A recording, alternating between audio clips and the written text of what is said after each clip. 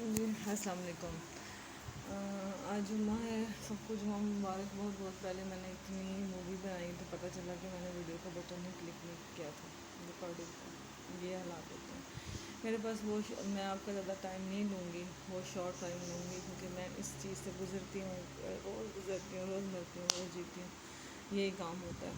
بہرحال آپ میرے چینل پہ جائیں گے، جب جائیں گے نا تو آپ دیکھیں گے کہ وہاں پہ میرے اندر کچھ شاید آپ کو چینج نظر آئے، یہاں سے وہاں تک آپ کو میرا فیس گلو کرتا نظر آ رہا ہے، ہینڈ ٹھیک لگ رہے ہیں، سب کچھ ٹھیک لگ رہا ہے۔ اس کی وجہ یہ ہے کہ میرے اندر میرا سول ٹھیک ہے، لیکن میں ایسی بیماریوں میں مبتلا ہوں جس کے لیے ڈھیروں پیسہ چاہیے۔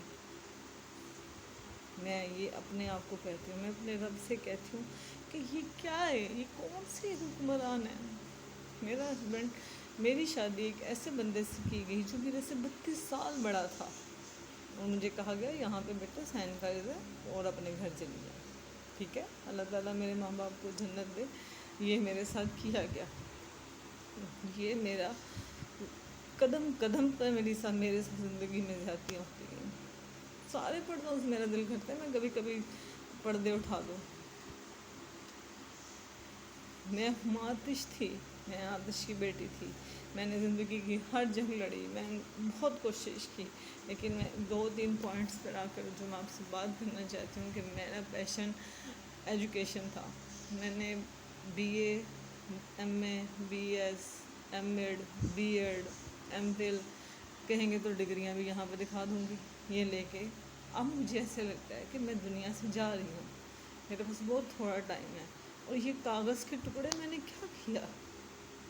ساری زندگی میں نے ایک جنگ لڑی کہ یار میں کچھ بن جاؤں، کچھ کر لوں۔ مجھے کسی نے کچھ نہیں کرنے دیا، مجھے کسی نے کچھ سیو کرنے نہیں دیا، آج میں خالی ہاتھ رہ گئی۔ جس بچوں پہ میں اکڑتی تھی، میں مان کرتی تھی، کوئی بچہ ایسا نہیں ہے، وہ کہیں گے ہم تو تابع دار ہیں، یہ ہیں وہ ہیں، لیکن ہم نے اپنی زندگیاں گزاری نہیں ہیں، ہمیں پتہ ہے۔ وہ کہتے ہیں نا عورت کا کوئی گھر نہیں ہوتا، اور یہ واقعی حقیقت ہے، عورت کا کوئی گھر نہیں ہوتا۔ اور سب سے تلخ جو رویہ ہوتا ہے وہ یہ ہوتا ہے کہ جب ایک ماں اکیلی رہ جاتی ہے، اور تنہائی سے بری کوئی چیز نہیں ہوتی۔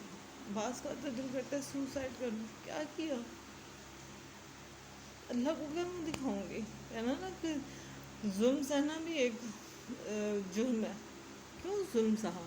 کیوں میں ظلم کو برداشت کرتی رہی؟ میں نے کیوں سوچا کہ میں ظلم کو برداشت کروں گی؟ میں نے تو شاید میں نے اس چیز پہ بلیو کیا، مجھے ہر رشتے نے دھوکہ دیا، سب رشتوں نے دھوکہ دیا۔ آج میں دنیا میں اللہ اور میں ہوں۔ آج میں سچ اس لیے یوٹیوب پہ آئی کہ یار آپ سب لوگ مجھے دیکھ رہے ہو، مجھے یوٹیوب پہ تو آپ میرے ٹیلنٹ کو، میری چیزوں کو، میری بات کو سن سکتے ہو، میں کچھ کر سکتی ہوں۔ دیکھو میرے ہاتھ میں جب تک جو ہنر ہے میں اسی سے لڑ سکتی ہوں نا، مانگ کے کھایا نہیں جا سکتا۔ میرا خامن مجھے کچھ بھی نہیں دیتا، لیکن میں بیٹھی نہیں ہوں۔ اس نے مجھے اتنی بری طرح مارا، میں نے 15 پہ کچھ 100 کروڑ دفعہ فون کیا، کسی نے نہیں سنا۔ میں جگہ جگہ زخموں سے بھر گئی، میری کسی نے نہیں سنی، میں بیڈ پہ نہیں لیٹ سکتی تھی، میری کسی نے نہیں سنی۔ اور اللہ تعالیٰ سب کو ہدایت دے، میں دنیا سے چلی جانا ہے، سب نے جانا ہے، لیکن مجھے ایسے لگتا نہیں ہے کہ میں نے جلدی چلے جانا ہے، کیونکہ کچھ بیماریاں ایسی ہیں جن کا اب مجھے لگ رہا ہے کہ بہت آگے چلی گئی ہیں، اور کوئی میرا ساتھ دینے والا نہیں ہے، کیونکہ دنیا میں فراڈ زیادہ، لوگ سمجھتے ہیں شاید دھوکہ ہے، یہ ہے وہ ہے، لیکن میں شاید یہ میری زندگی کا پہلا ولاگ بھی ہو اور شاید آخری بھی ہو، اور مجھے ضرور بتائیے گا۔ اور میں صرف اتنا کہنا چاہتی ہوں کہ بیٹیوں کی شادیاں جب آپ کرتے ہو نا اپنی مرضی سے، اور یہ ان کو اپنے گھر بھیجتے ہو اپنی مرضی سے، ہر کام ان سے کرواتے ہو اپنی مرضی سے، ان کو جاتے ہوئے یہ کہا کرو بیٹا مشکل ہو تو واپس آ جانا، ظلم مت سہنا۔ میں نے رونا نہیں ہے، میں بریو بنوں گی، میں کوشش کروں گی بریو بننے کی، اور 3 سال سے بننے کی کوشش کر رہی ہوں۔ بہت مشکل ہوتا ہے، لوگ انگلیاں 4 5 6 اٹھاتے ہیں، لوگوں کو لگتا ہے اچھی خاصی تو ہے، یہ ہے وہ ہے، بات کرنے میں لوگوں کا کیا جاتا ہے؟ میرے سے بات کرو، میں بتاؤں گی کہ حقیقت کیا ہے، زندگی کسے کہتے ہیں۔ بہرحال میں ایک اچھا یوٹیوبر بننا چاہتی ہوں، اپنے ٹیلنٹ کو آگے لے کے چلنا چاہتی ہوں۔ مجھے تھوڑی سی آئی ٹی کے حوالے سے میرا نالج کم ہے، کیونکہ میرا انگلش سے لٹریچر سے تعلق ہے، تو میرا اس سے کم ہے، لیکن میں اپنی بات کنوے کرنا چاہوں گی۔ تو آج میں کس سے بات کروں؟ کوئی بات سننا پسند نہیں کرتا تو کوئی بات نہیں، اس کی وجہ یہی ہوتی ہے نا کہ آپ ایک پوائنٹ پہ آگے ہو۔ اگر آپ میری اس بات سے ایگری کرو گے تو انشاءاللہ ہم آگے بھی کریں گے۔ جو میرا ٹیلنٹ ہوگا میں اس دنیا کو دے کے جاؤں گی۔ میرے پاس میری آنکھیں، میرا گردہ، میرا جگر اگر صحیح ہے تو گردے، آنکھیں سب میں لکھ کے جاؤں گی، ڈونیٹ کر کے جاؤں گی۔ میری زندگی کا پل پل اس دنیا کے ہر اس عورت کے لیے ہے جو بے بس ہے، جو سب کچھ کر